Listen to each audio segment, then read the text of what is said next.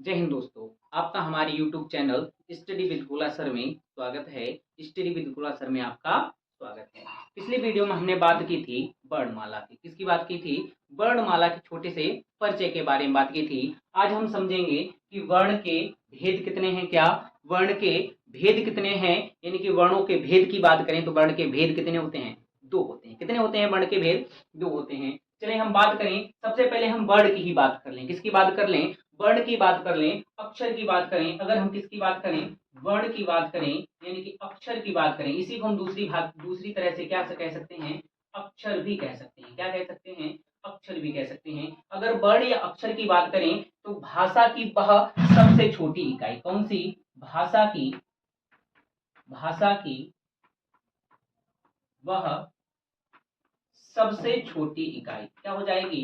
भाषा की वह सबसे छोटी इकाई, सबसे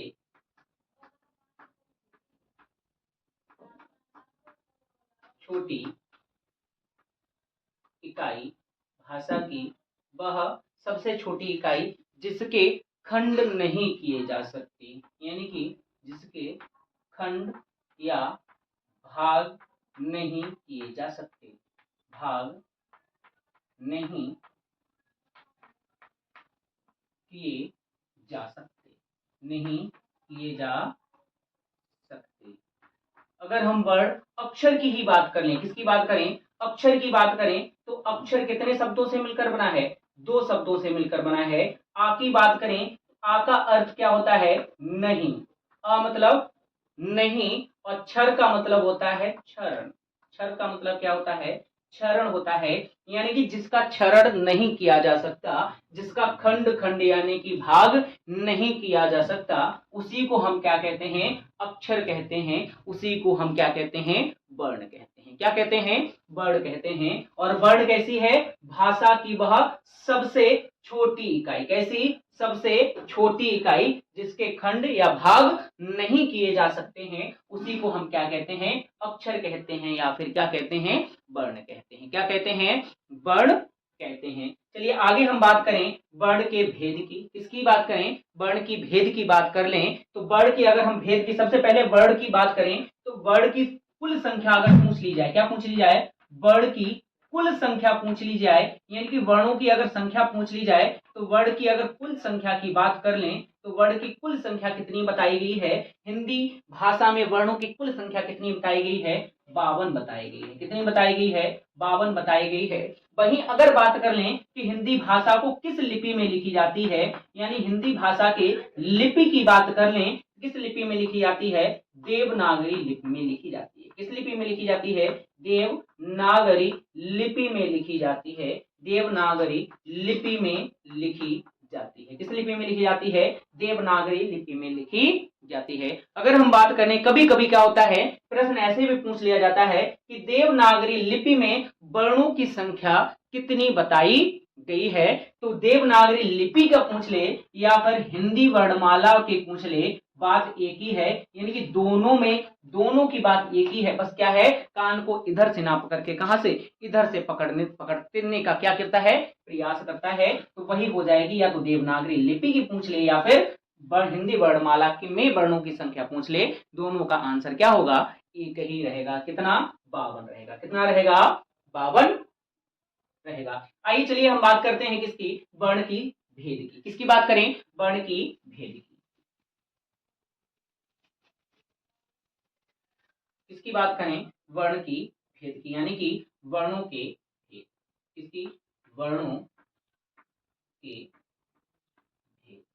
अगर हम वर्ण की भेद की बात कर लें तो वर्ण को कुल कितने भेद बताए गए हैं, यानी कि वर्ण को कितने भागों में बांटा गया है? दो भागों में बांटा गया है। कितने भागों में बांटा गया है? दो भागों में बांटा गया है। कितने भागों में? दो भागों में बांटा गया है। अगर हम पहले भाग की बात करें तो जिन्हें हम क्या कहते हैं? स्वर कहते हैं। क्या कहते हैं? स्वर कहते हैं। वहीं दूसरे भाग की बात कर लें तो दूसरा भेद क्या हो जाता है?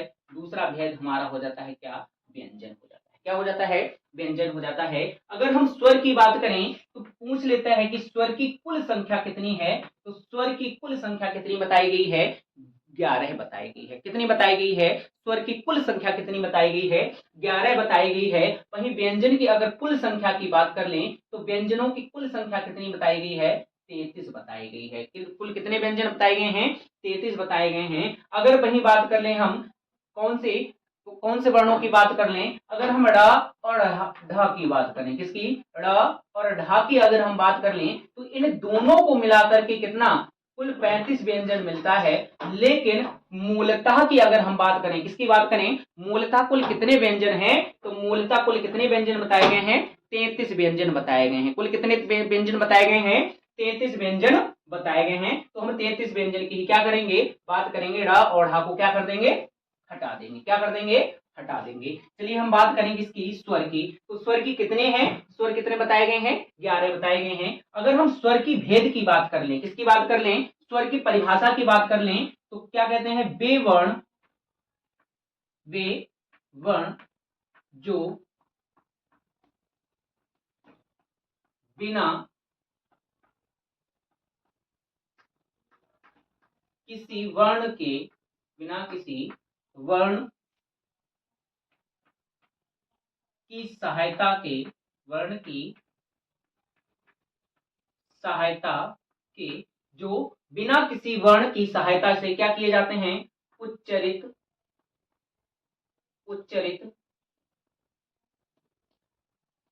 किए जाते हैं। उच्चरित किए जाते हैं, या यूं कह लें कि वे वर्ण जो बिना किसी दूसरे वर्ण के सहयोग के क्या किए जाते हैं? उच्चरित किए जाएं, या बिना किसी सहयोग के जिनका उच्चारण किया जाए उन्हें हम क्या कहते हैं? स्वर कहते हैं। क्या कहते हैं? स्वर कहते हैं। अगर हम स्वरों की बात कर लें, स्वर के भेद की बात कर लें तो स्वरों को कल कितने भागों में बांटा गया है? 3 भागों में बांटा गया है। कितने भागों में? स्वर के भेद की बात कर लें तो स्वर के भेद कितने हैं? स्वर के भेद की बात कर लें तो स्वर के कुल कितने भेद बताए गए हैं? स्वर के कुल 3 भेद बताए गए हैं। कितने भेद बताए गए हैं? 3 भेद बताए गए हैं। और वो भेद कौन कौन से हो जाएंगे? एक हमारा पहला भेद हो जाता है, कौन सा होता है? ह्रस्व स्वर होता है। कौन सा होता है? ह्रस्व स्वर होता है। वहीं दूसरे भेद की बात कर लें तो उसे हम क्या कहते हैं? दीर्घ स्वर कहते हैं। और तीसरे अगर भेद की बात कर लें तो उसे हम क्या कहते हैं? प्लुत स्वर कहते हैं। क्या कहते हैं? प्लुत स्वर कहते हैं। अगर हम व्यंजनों की बात कर लें तो व्यंजन कितने कहते हैं? वे वर्ण जो, वे वर्ण जो, या कह लेंगे वे वर्ण जिन्हें स्वरों की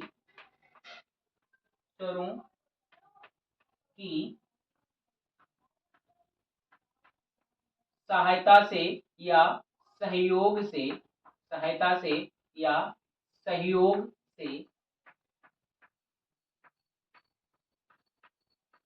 उच्चरित किया जाता है। क्या किया जाता है? यानी कि वे वर्ण जिनको उच्चारण के लिए किसकी सहायता की आवश्यकता पड़ती है? स्वरों की सहायता की आवश्यकता पड़ती है, उन्हें हम क्या कहेंगे? व्यंजन कहते हैं। क्या कहते हैं? व्यंजन कहते हैं। और अगर हम बात कर लें कि जो मूल व्यंजन होता है, क्या होता है? मूल व्यंजन की अगर हम बात कर लें, किसकी? मूल व्यंजन की हम बात कर लें तो जो मूल व्यंजन होते हैं उन्हें हम कैसा क्या कहते हैं? अनुच्चरित व्यंजन कहते हैं। कैसा कहते हैं? क्या कहते हैं उन्हें? हम अनुच्चरित व्यंजन कहते हैं। क्या कहते हैं? अनुच्चरित व्यंजन कहते हैं। क्या कहते हैं? अनुच्चरित व्यंजन कहते हैं। यानी कि जिनका उच्चारण नहीं किया जा सकता वही हमारे क्या कहलाते हैं? मूल व्यंजन कहलाते हैं। और जो व्यंजन जिनका उच्चारण किया जा सकता है तो वो कब उच्चारण किया जा सकता है? जब तक उनमें किसी भी स्वर का सहयोग ना लिया जाए तब तक वे उच्चरित व्यंजन नहीं बनते। यानी अनुच्चरित व्यंजन की बात करें तो अनुच्चरित व्यंजन वे व्यंजन कहलाते हैं जिनके नीचे क्या लगाते हैं? हलंत का प्रयोग किया जाता है। यही हमारे कैसे हैं? मूल व्यंजन, या इन्हीं को हम क्या कहते हैं? अनुच्चरित व्यंजन कहते हैं। क्या कहते हैं? इन्हीं हम अनुच्चरित व्यंजन कहते हैं। ठीक है। अगर हम मात्रा की बात कर लें, स्वरों की मात्रा की बात करें, किसकी बात करें? स्वर की मात्राओं की बात करें। किसकी बात करें? स्वरों की मात्राओं की बात करें तो स्वरों की कुल कितनी मात्राएं बताई गई हैं? 10 मात्राएं बताई जाती हैं। कितनी मात्राएं बताई जाती हैं? 10 मात्राएं बताई जाती हैं और 10 मात्राओं का ही क्या किया जाता है? प्रयोग किया जाता है। यानी कि बाकी की छोटा जो आ है, क्या है? छोटा जो आ है इसकी मात्रा होती तो है, लेकिन एक्चुअली में इसकी मात्रा को गिना नहीं जाता। इसके सहयोग से ही क्या करते हैं? इस वर्ण को यानी कि व्यंजन को उच्चारित तो किया जा सकता है, परंतु इसकी मात्रा को क्या गिना नहीं जाता है। इसीलिए हमारी क्या होती हैं? कुल कितनी मात्राएं हैं? 10 मात्राएं बताई गई हैं। कितनी बताई गई हैं? 10 मात्राएं बताई गई हैं। आगे हम बात करेंगे स्वरों के भेद की। किसकी बात करेंगे? स्वरों की भेद। किसकी बात करेंगे? स्वरों की भेद की बात करेंगे। अगर हम स्वरों के भेद की बात कर लें, किसकी बात करें? स्वरों के भेद की बात करें। किसकी? स्वरों के भेद। अगर हम स्वरों के भेद की बात करें तो स्वरों को कुल कितने भागों में बांटा गया है? 3 भागों में बांटा गया है। कुल कितने भागों में बांटा गया है? 3 भागों में बांटा गया है। और उन 3 भागों की अगर हम बात करें तो पहला जो भेद है हमारा, कौन सा हो जाता है? ह्रस्व स्वर होता है। कौन सा होता है? ह्रस्व स्वर होता है। दूसरे भेद की बात करें, दूसरे भेद को हम किस नाम से जानते हैं? दीर्घ स्वर के नाम से जानते हैं। किस नाम से जानते हैं? दीर्घ स्वर के नाम से जानते हैं। वहीं अगर हम तीसरे भेद की बात करें तो इस भेद को हम यानी कि तीसरा भेद को क्या कहलाता है? प्लुत स्वर कहलाता है। क्या कहलाता है? प्लुत स्वर कहलाता है। अगर हम ह्रस्व स्वर की बात करें तो वे स्वर यानी कि ह्रस्व स्वर ही क्या कहलाते हैं? हमारे मूल स्वर कहलाते हैं। क्या कहलाते हैं? मूल स्वर भी। इन्हीं को, किनको? ह्रस्व स्वरों को ही मूल स्वर की संज्ञा दी जाती है। क्या दी जाती है? मूल स्वरों की संज्ञा दी जाती है। अगर हम इन मूल स्वर यानी कि ह्रस्व स्वर की बात करें तो वे स्वर जिनके उच्चारण में कितना? एक मात्रा काल का समय लगता है, उन्हें हम क्या कहते हैं? मूल स्वर यानी कि ह्रस्व स्वर कहते हैं। यानी कि वे स्वर जिनके उच्चारण में उच्चारण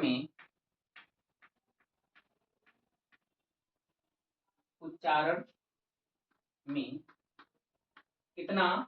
एक मात्रा काल का, कितना? एक मात्रा काल का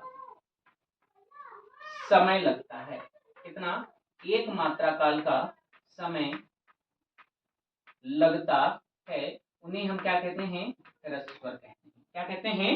ह्रस्व स्वर कहते हैं। क्या कहते हैं? ह्रस्व स्वर कहते हैं। अगर हम इन मूल स्वरों की या ह्रस्व स्वर की बात करें तो कौन कौन से हो जाते हैं? मूल स्वर या ह्रस्व स्वर की संख्या की बात करें तो इनकी संख्या कितनी है? 4 हो जाती है। कितनी है? 4 होती है। और कितनी है? कौन कौन से हो जाएंगे? एक हमारा कौन सा हो जाएगा? छुटका आ हो जाएगा। एक हमारा कौन सा? छुटकी उ होगा। और कौन सा? छुटका उ। कौन सा? छुटका उ। वहीं अगर हम बात करें और हमारा जो चौथा व्यंजन यानी चौथा स्वर कौन सा हो जाएगा? री हो जाता है। कौन सा हो जाता है? री हो जाता है। कौन सा? री हो जाएगा। ठीक है। अगर हम दीर्घ स्वर की बात करें, किसकी बात करें? दीर्घ स्वर की बात करें तो दीर्घ स्वर की बात करने तो वे स्वर जिनके उच्चारण में कितना? 2 मात्रा काल का समय लगता है, उन्हें हम दीर्घ स्वर कहते हैं। यानी कि वे स्वर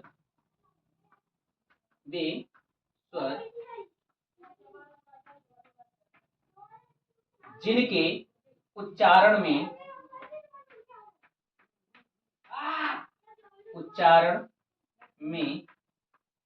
2 मात्रा काल का समय लगता है, मात्रा काल का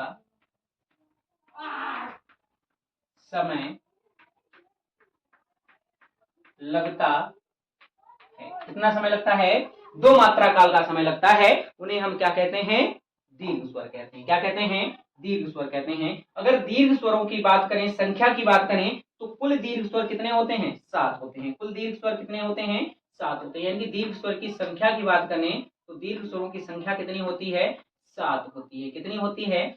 7 होती है। लेकिन अगर हम दीर्घ स्वर की बात करें, दीर्घ स्वर को भी कितने भागों में बांटा गया है? 2 भागों में बांटा गया है। यानी कि दीर्घ स्वर को कितने भागों में? 2 भागों में बांटा गया है। एक दीर्घ स्वर की बात करें तो ये कैसा कहलाता है? मूल दीर्घ स्वर कहलाता है। पहला कौन सा स्वर होता है? मूल दीर्घ स्वर होता है। कौन सा? मूल दीर्घ स्वर होता है। और दूसरे की बात करें तो ये कहता है संयुक्त दीर्घ स्वर। क्या कहलाता है? संयुक्त दीर्घ स्वर कहलाता है। क्या कहलाता है? संयुक्त दीर्घ स्वर कहलाता है, संयुक्त दीर्घ स्वर, संयुक्त दीर्घ स्वर और मूल दीर्घ स्वर, क्या कहते हैं, मूल दीर्घ स्वर। यानी कि मूल दीर्घ स्वर की बात करें जो मूल स्वरों से मिलकर के बनता है। मूल स्वर का मतलब होता है जो अपने समान यानी कि एक समान स्वर से मिलकर के बनता है, उसे मूल दीर्घ स्वर कहते हैं। और वे स्वर जो कितने अलग अलग स्वरों से मिलकर के जिनका निर्माण होता है उन्हें हम क्या कहते हैं, संयुक्त दीर्घ स्वर कहते हैं। क्या कहते हैं, संयुक्त दीर्घ स्वर कहते हैं और इन्हें मूल दीर्घ स्वर कहते हैं। मूल दीर्घ स्वर की बात करें तो इनकी संख्या कितनी होती है, 3 होती है। वहीं संयुक्त दीर्घ स्वर की बात कर लें तो इनकी संख्या कितनी होती है, 4 होती है। कितनी होती है, 4 होती है। मूल दीर्घ स्वर कौन कौन से हो जाएंगे, छुटका आ प्लस छुटका आ, यानी कि छुटका आ और छुटका आ मिलकर के क्या बनते हैं, बड़का आ। क्या बनेगा, बड़का आ बनता है। यानी कि जो अपने आ प्लस आ मिलकर के क्या बनता है, बड़का आ बनता है। क्या बनता है, बड़का आ बनता है। वहीं अगर हम बात कर लें किसकी, छुटकी ई प्लस छुटकी ई, क्या छुटका ई प्लस छुटका ई बराबर क्या बनता है, बड़का ई बनता है। क्या बन जाता है, बड़का ई बनता है। वहीं अगर हम बात करें छुटका ऊ प्लस छुटका ऊ, क्या छुटका ऊ प्लस छुटका ऊ क्या बनता है, बड़का ऊ बनता है। क्या बनता है, बड़का ऊ बनता है। अगर हम संयुक्त दीर्घ स्वर की बात करें तो इनकी संख्या कितनी होती है, 4 होती है, जो असमान स्वरों से मिलकर के बने। कैसे, जो असमान यानी कि अलग अलग स्वरों से मिलकर के जिनका निर्माण हुआ है उनको हम क्या कहते हैं, संयुक्त दीर्घ स्वर कहते हैं। क्या कहते हैं, संयुक्त दीर्घ स्वर कहते हैं। ये कौन कौन से हो जाएंगे हमारे, छुटका आ प्लस छुटकी ई, दोनों को मिलकर के क्या बनता है, ए बनता है। वहीं छुटका आ प्लस ए बराबर क्या हो जाता है हमारा, ए होता है। वहीं बात करें हम छुटका आ प्लस छुटका ऊ बराबर क्या होता है, ओ बनता है। वहीं बात करें छुटका आ प्लस ओ, इससे किसका निर्माण होता है, औ का निर्माण होता है। क्या बनता है हमारा, औ बनता है। तो हमने बात करी क्या, मूल दीर्घ स्वर और संयुक्त दीर्घ स्वर की। किसकी, मूल दीर्घ स्वर और संयुक्त दीर्घ स्वर की। किसकी, मूल स्वर और संयुक्त दीर्घ स्वर की। तो आइए हम बात करें किसकी, प्लुत स्वर की। किसकी बात करते हैं अब हम, प्लुत स्वर की। तो वे स्वर कौन से, वे स्वर जिनके उच्चारण में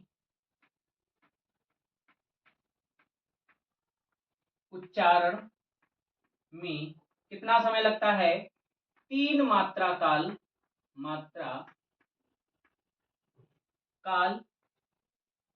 का समय लगता है। कितना, 3 मात्रा काल का समय लगता है। उन्हें हम क्या कहते हैं, प्लुत स्वर कहते हैं। क्या कहते हैं, प्लुत स्वर कहते हैं। वहीं अगर हम बात करें प्लुत स्वर की पहचान तो कैसा, जो 3 काई की तरह, जो हिंदी में 3 काई बनता है और अंग्रेजी में एस की तरह जिसका निर्माण होता है, जो बनता है, उसे हम क्या कहते हैं, प्लुत स्वर कहते हैं। जैसे ओम, क्या है, ओम।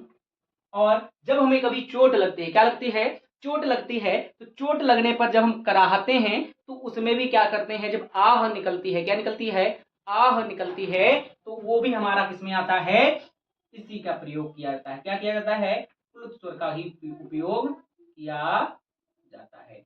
आह हो गया, या किसी को जब हम दूर से पुकारते हैं, जैसे कहते हैं राम है श्याम, ऐसे पुकारते हैं, तो उसमें भी क्या होता है, प्लुत स्वर का ही प्रयोग किया जाता है। किसका, प्लुत स्वर का ही प्रयोग किया जाता है। तो ये हो गए हमारे क्या, प्लुत स्वर हो गए। क्या हो गए हमारे, प्लुत स्वर। यानी कि अगर हम बात कर लें किसके, स्वरों की भेद की बात कर लें तो कितने भेद, 3 भेद, ह्रस्व स्वर, दीर्घ स्वर और प्लुत स्वर। आज हमने किसकी बात की, स्वरों के बारे में जानकारी प्राप्त की। किसकी, स्वरों के बारे में क्या किया, जानकारी प्राप्त की। अगली वीडियो में हम मिलते हैं आपसे किसके, व्यंजनों के भेद के बारे में। किसके, अगले हम किसकी, व्यंजनों की डिटेल में जानकारी प्राप्त करेंगे। किसकी, व्यंजनों के लिए। तब तक बने रहिए किसके साथ, हमारे साथ, यानी कि स्टडी विद गोला सर के साथ। तब तक के लिए जय हिंद।